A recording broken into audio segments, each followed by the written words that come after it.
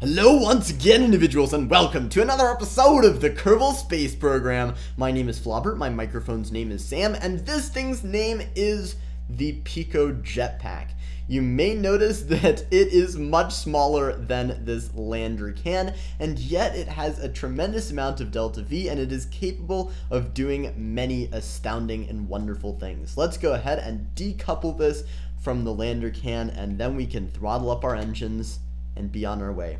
So as I fly through the air, I can talk to you about a couple of the features of this lovely craft, which Jeb loves so much.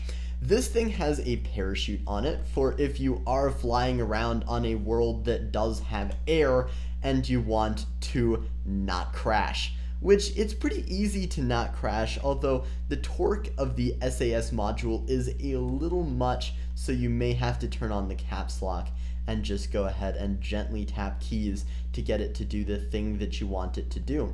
This thing has a lovely docking port on the back for if you are flying around on a world other than Kerbin and want to mate this thing back to your ship at some point. And of course it is very low profile, very low mass, very low part count. It's only 13 parts, and yet it is capable of carrying Jeb around very nicely, and it has something like 900 meters per second of delta V. So yes, I really love this thing.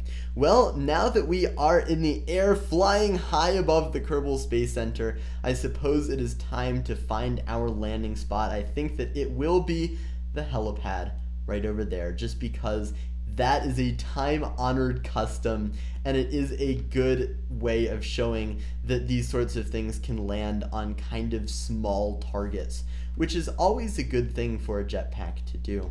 So as we go ahead and descend towards the helipad, let me just say that I will provide the download link in the description, and that I strongly recommend that you go ahead and test this thing out a little bit once you have gotten it.